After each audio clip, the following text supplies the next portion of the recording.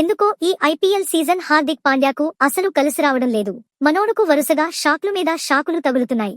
ఒకవైపు కెప్టెన్ గా, మరోవైపు ఆటగాడిగా విఫలమవుతున్నాడని వరుస విమర్శలు ఎదుర్కొంటున్న ఈ ముంబై కెప్టెన్ కు తాజాగా మరో ఎదురుదెబ్బ తగిలింది. అతడిపై ఏకంగా 24 లక్షల ఫైన్ పడింది. ఈ మెగా టోర్నీలో పాండ్యాకు ఇది రెండో జరిమానా. మంగళవారం లక్నోతో జరిగిన మ్యాచ్లో ముంబై ఇండియన్స్ నిర్ణీత సమయంలోగా 20 ఓవర్లు కోటాను పూర్తి చేయలేకపోయింది. దాంతో మ్యాచ్ రెఫరీ పాండ్యాపై బీసీసీకి ఫిర్యాదు చేశాడు. దీంతో అతడికి 24 లక్షల ఫైన్ వేసింది. అంతేకాకుండా జట్టులోని మిగతా 10 మంది ఆటగాళ్లకు ఒక్కొక్కరికి 6 లక్షల రూపాయలు జరిమానా లేదా మ్యాచ్ ఫీజులో 25% కోత విధించింది.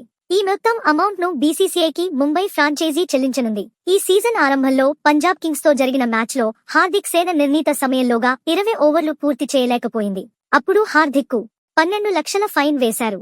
హార్దిక్ పాండ్యా ఇదే తప్పును మూడోసారి పునరావృతం చేస్తే ఒక్క మ్యాచ్ నిషేధం విధిస్తారు. తాజాగా జరిమానాతో పాండ్యా మొత్తం 36 లక్షల జరిమానా చెల్లించాడు. ముచ్చటగా మూడోసారి అదే మిస్టేక్ రిపీట్ చేస్తే 30 లక్షలు జరిమానాతో పాటు ఒక మ్యాచ్ నిషేధం ఎదుర్కొంటాడు. ముంబై ఇండియన్స్ ఈ సీజన్లో ప్లే ఆఫ్ రేసు నుంచి దాదాపు నిష్క్రమించినట్లే. ప్రస్తుతం పరువు కోసం పోరాడాల్సిన పరిస్థితి వచ్చింది.